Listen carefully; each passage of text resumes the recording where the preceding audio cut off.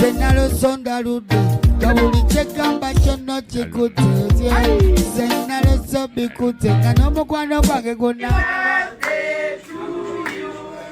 King Saha akakasizza amazaalibwa munnange kuva dda nga bamikwano ne Fefe Busi ate nga munnange Bobi Wine wuno ku mazaalibwa ga Leviction ayimbye munnange oluyimba amuyimbidde oluyimba lwa Happy Birthday ate nga Eddie Kenzo munnange naye ayimbye bitya wali ate ne mukyala we Nyamutolo ku mazaalibwa. Kakati ngenda kubeera nga nkutandisa munnange ate wali ne Eddie Kenzo kosate ne mukyala we wali omukyala Fiona Nyamutolo bakiro wedda nga basala keeki nga we bamuyimbira wali akayimba Happy Birthday wali wonna bwe kiti.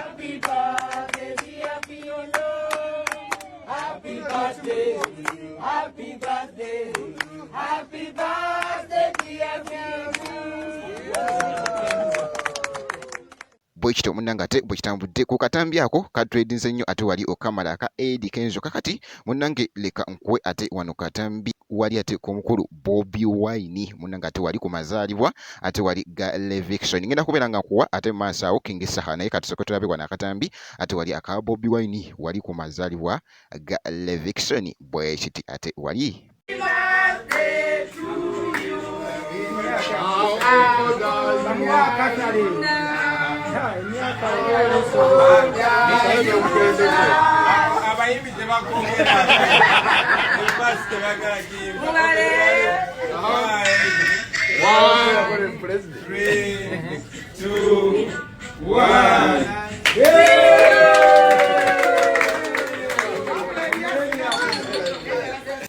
naye nga bwekityo munnange ate bwekyatambudde awo era nga munnange era Leviction munnange ate yamugabudde ate wali keeki era nga bwolaba munnange ate bajozemuko wali munnange ate nga bagabula keeki ate wali wonna kyatambudde ddala bulungi nnyo akatambi ka trading ddala ate wali ku mikutu egy'enjawulo kakati sayidiyo nga nvuddeyo munnange nkugambye nti nina obubaka ate wali okuva ate ewa King Saha jjukira nti nno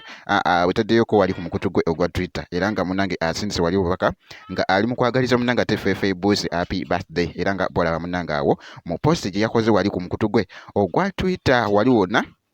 muganda wange gwe alaba Gemina TV era nga munnange ekifaananyi ekyo nga bwekiraba era nga mabegako munnange ng'ate Fefe Busi ne King Saha munnange ate nga bakyali jjukira nti ne mabegako wali twalaba bakolakuko oluyimba wali ate wonna era nga kolabo era sigamba nti noba yatandikira awo kuva dda munnange ate nga bakyali nnyo ate wali ne mwana mulenzi Fefe Busi era nga bolaba munnange bwekiti munnange ate bwekitambudde ku sayidi wano ngenda kubeera nga nkomawo ate mu maaso eyo menga sure nti no bambi osubscribinga kw'ossa ate n'okulayikinga sharinga ate wali wonna kiba kitambulira ddala bwekiti.